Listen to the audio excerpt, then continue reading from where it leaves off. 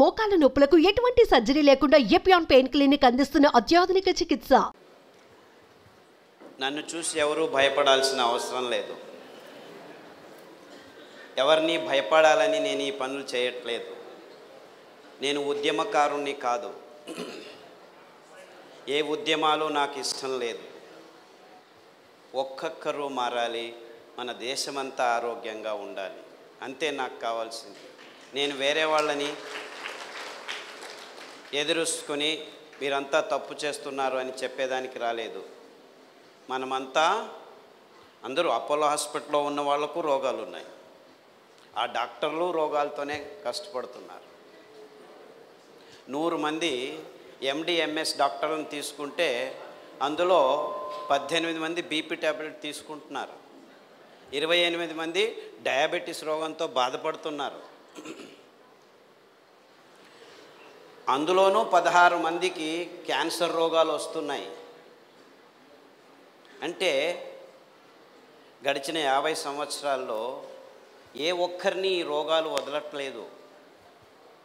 స్వామీజీలకు రోగాలు ఉన్నాయి, చీఫ్ మినిస్టర్లకు రోగాలు ఉన్నాయి, లెక్చరర్లకు రోగాలు ఉన్నాయి, బ్రాహ్మణులకు రోగాలు ఉన్నాయి, ముస్లింలకు రోగాలు ఉన్నాయి, క్రిస్టియన్లకు రోగాలు ఉన్నాయి, జైన్స్కు రోగాలు ఉన్నాయి, సిక్కులకు రోగాలు ఉన్నాయి. ఎవరిని వదిలిపెట్టడం లేదు. చిన్న పిల్లలకు రోగాలు వస్తున్నాయి.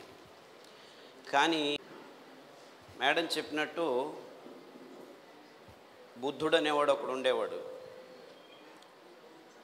వాడి దగ్గరికి ఒక ఆవిడ తన చిన్న పిల్లని తీసుకెళ్ళి, చనిపోయింది పాప. బుద్ధుడు చాలా గొప్పవాడు, భగవానుడు, దేవుడు అంతటివాడు, బాబు నా పాపను బతికించు అని తీసుకెళ్ళిందట. బుద్ధుడు అప్పుడు చెప్పాడు, లేదమ్మా నేను బతికించలేను, నాకేమీ తెలియదు ఇలాంటివన్నీ. లేదు లేదు నీవు చాలా గొప్పవాడివి, బతికించాలి అని పట్టుబట్టింది. ఆవిడకి తన పిల్ల మీద వ్యామోహంతో వదలకుండా ఏడుస్తూ అక్కడే కూర్చుండిపోయింది. అప్పుడు బుద్ధుడు ఏం చేయడం తోచకుండా ఇవిడికి ఎలాగైనా జ్ఞానోదయం కావాలి అని,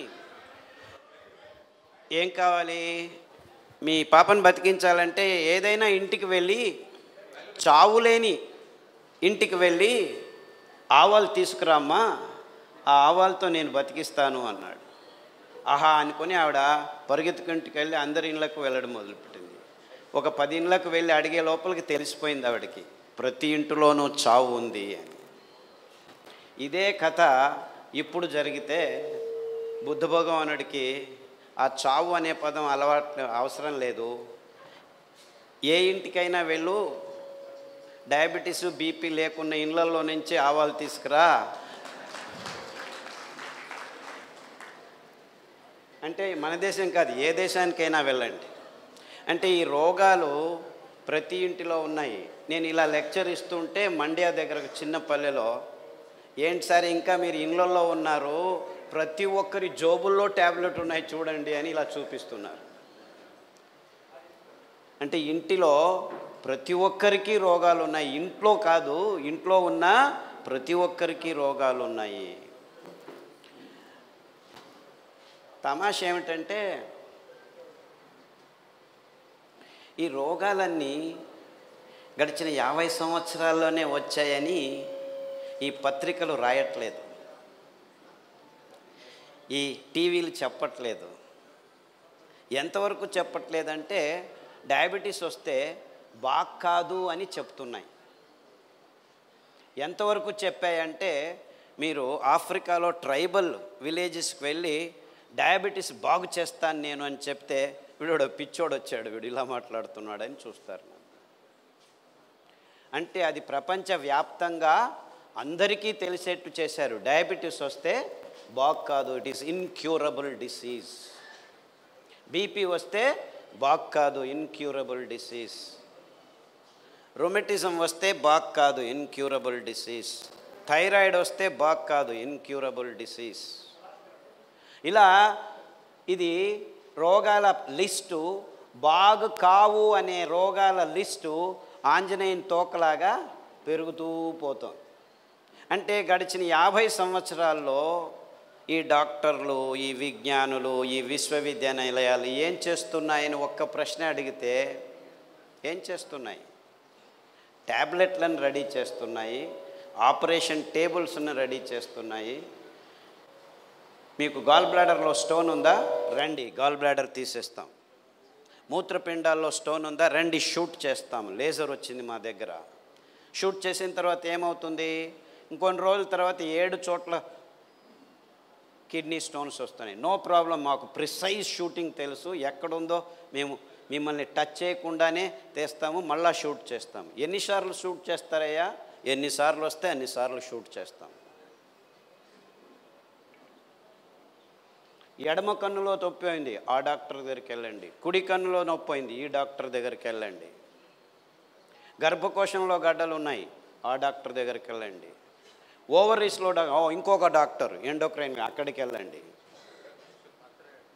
ఇలా డాక్టర్లు, హాస్పిటళ్ళు ప్రతి సంవత్సరం ఏ ఊరికి వెళ్ళినా ఒక వీధిలో 1 కిలోమీటర్ నడిస్తే 1 ఉన్నది, 2 ఉన్నది, 4 ఉన్నది, 6 హాస్పిటల్స్, మెడికల్ షాప్స్ ప్రతి సంవత్సరం పెరుగుతూనే పోతున్నాయి. ఇది మన కర్నూలే కాదు, కడప కాదు, ప్రొద్దుటూరు కాదు, బెంగళూరు కాదు, హైదరాబాద్ కాదు, న్యూయార్క్కి పోండి, మెల్బోర్న్కి పోండి, లండన్కి పోండి, ప్రతి ఊరిలో జరుగుతున్న విషయమే ఇది. ఇంకేమీ తేడా లేదు. అంటే ప్రతి ఊరిలో ఈ డాక్టర్లు, ఈ మందుల షాపులు సంవత్సరం పెరుగుతున్నాయంటే ఈ విశ్లేషణలో అర్థం ఏమిటి? సంవత్సరం ప్రతి ఒక్క ఊరిలో రోగులు పెరుగుతున్నారు అని.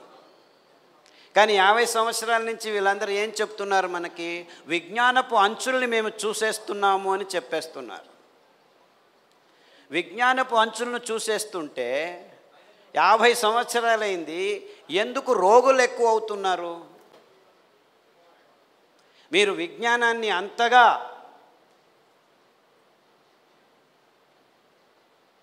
సాధించి ఉంటే ఎందుకు ఒక్క రోగం తగ్గట్లేదు? అంతేకాకుండా రోగాలు ఎక్కువయ్యేది కొద్ది కాకుండా రోగం వస్తున్న జనాల వయస్సు పరిమితి తగ్గుతూ వస్తుంది. 3 సంవత్సరాల పిల్లలకి క్యాన్సర్, 2 సంవత్సరాల పిల్లలకి డయాబెటీస్, 5 సంవత్సరాల అమ్మాయి ముట్టవుతోంది. ఇది రోగం కాదు. 14 సంవత్సరాలకు సహజంగా ముట్టవలసిన ఆడపిల్లలు ఇప్పుడు 7-8 సంవత్సరాలకు ముట్టవుతున్నారు యావరేజు. మొన్న నాకు ఫోన్ చేసి, మొన్న 4 సంవత్సరాల పాపకు ముట్టయింది, ముట్ట ఆగటం లేదు, ఏం చేయాలో దిక్కు తెలియటం లేదు, స్టిరాయిడ్ ఇంజెక్షన్ ఇచ్చాము, 3 వారాలకు ఒకటి ఇచ్చాము, ఒక్కొక్క ఇంజెక్షన్ 6,000 రూపాయలు, అయినా ఆగట్లేదు, 3వసారి మళ్ళా వచ్చింది, ఏం చేయాలి అని. ఏమీ చేయొద్దండి, మళ్ళా డాక్టర్ దగ్గరికి వెళ్ళకండి అని చెప్పాను, అంతే.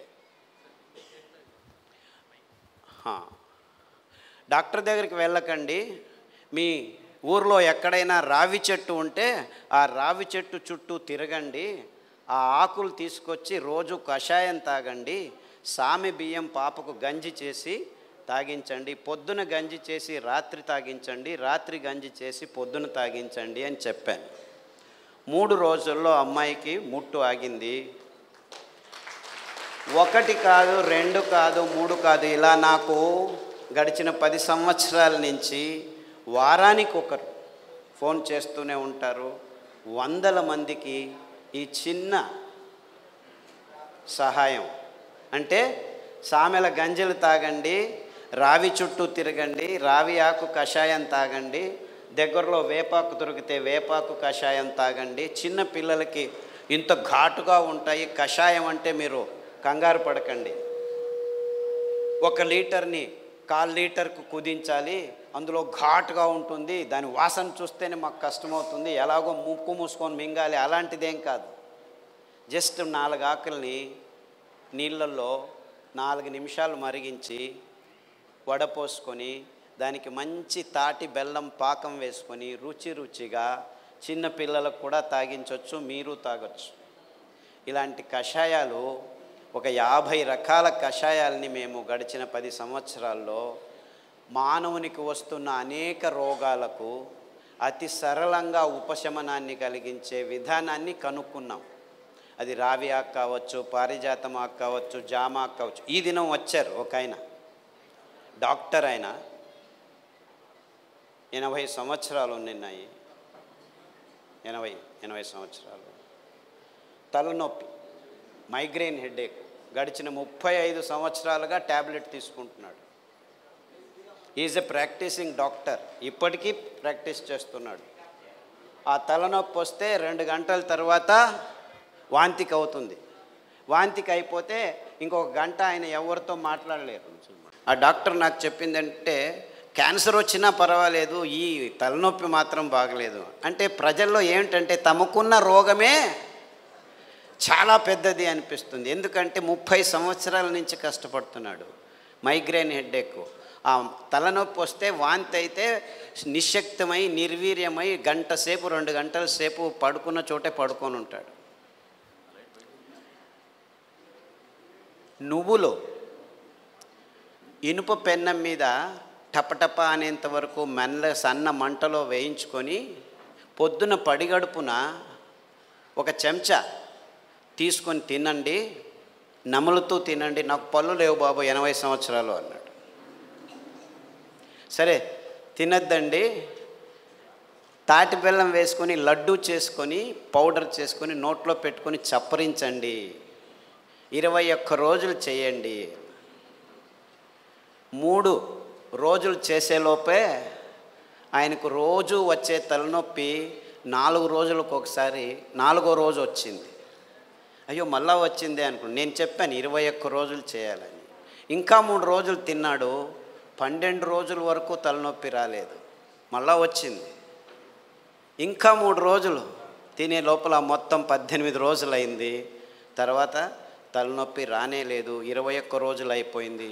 ఇప్పటికి 8 నెలలు అయింది, ఒక్కసారి కూడా ఆయనకు తలనొప్పి రాలేదు. ఈ మనిషి ప్రాక్టీసింగ్ ఎండి డాక్టర్, 30 సంవత్సరాలు ఈ సోకాల్డ్ ఆయన అమెరికాకి వెళ్ళాడు, అన్ని చోట్లకు వెళ్ళాడు, లెక్చర్లు ఇచ్చాడు, అంతా చేశాడు, ట్యాబ్లెట్లు తీసుకుంటూనే ఉన్నాడు. They could not help themselves.